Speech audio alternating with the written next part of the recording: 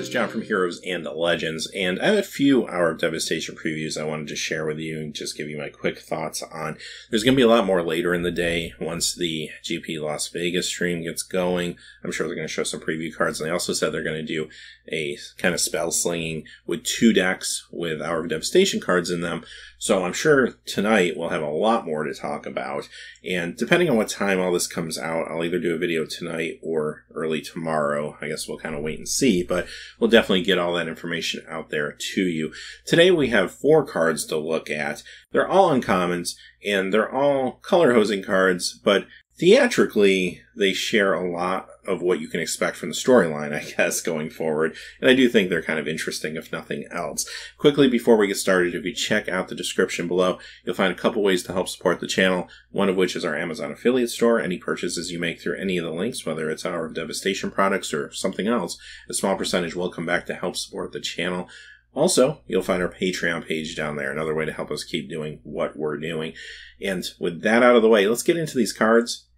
We're going to start off with the full art basic lands from Hour of Devastation. So something a little different. Typically small sets don't have their own basic lands, but because they make sense, I guess, thematically here, that we are getting this darker version of Amonkhet in these full art lands. So that's actually pretty cool, and they look really nice.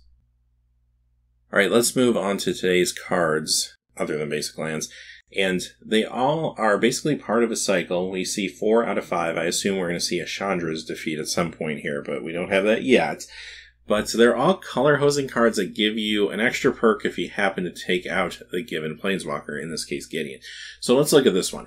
Gideon's defeat. Costs a white, it's an instant, uncommon, exile target white creature that's attacking or blocking. If it was a Gideon Planeswalker, you gain 5 life. So that's what you can expect from all these cards. And yes, they're color hosing cards, which means these are not going to be like main deck playable in standard or anything like that. The only way these see standard play is if there is a problem that arises in the meta that's in the given color, and one of these cards can deal with it, then it may see some sideboard play in the future. And during their lifespan in standard, there's a chance that at least somewhere down the road, that will probably happen with 1 or more of these cards. But that's really about it, and really all I have to say about them. There are maybe even better answers already when you start looking at Modern, but some of these are pretty economical, but they are very niche. Like, they need to fit into a very specific situation. That's going to be the biggest issue with these cards in general. They'll be great and limited because you'll be going against a deck of a certain color, and you can just simply sideboard the copy or 2 you might have of the right cards in, and it could be really good for you because, again, for the most part, these are rather economical. So in this case, yeah, if you have a white creature, or even a Gideon Planeswalker, of course, that you need to deal with, then this is going to fit the bill for you. Next we have Jace's defeat. This is a blue and 1 instant uncommon, counter target blue spell. If it was a Jace Planeswalker spell, scry 2. So again, very, very niche, but you bring it in. If you're dealing with some blue spells you might want to counter and you're in blue yourself. And other than that, there's not a whole lot more to say about it. Next card comes to us from a Chinese simplified preview. It's Liliana's Defeat. Costs 1 black. It's a sorcery. Destroy target black creature or black planeswalker. If it was a Liliana Planeswalker, its controller loses 3 life. Again, very cheap, very economical. Now, the white card, the Gideon card, of course, cost 1 white. It was instant, but you did have to have the creature attacking or blocking. This time, you don't have to, but it's sorcery speed.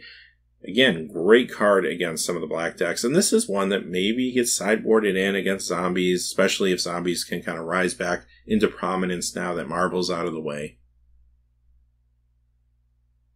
And finally, we have Nissa's Defeat. A green and 2 sorcery, destroy target forest, green enchantment, or green planeswalker. If it was a Nissa Planeswalker, draw a card. Now, this one's a little more expensive because it is land destruction.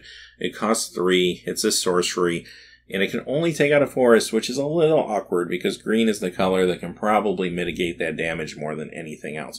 But it also could hit a green enchantment or green planeswalker, and again, it will replace itself if you hit a Nissa, so you have that going for it.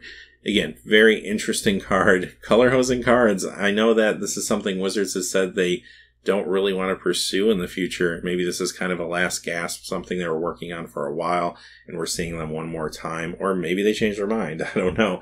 But again, they do have a niche role. These will be a lot better in limited probably than anywhere else. And yeah, that's kind of it. I think the big story here is just thematically where the story's going. We're learning now, of course, which I think probably we suspected for a while, that Nicol Bolas is going to win and take out the Gatewatch, and a lot of things are going to change story-wise going forward, and I do think that's pretty interesting. So anyway, we're going to have more cards to talk about later today or early tomorrow, no doubt. So keep watching the channel for more updates. I'll get them out to y'all.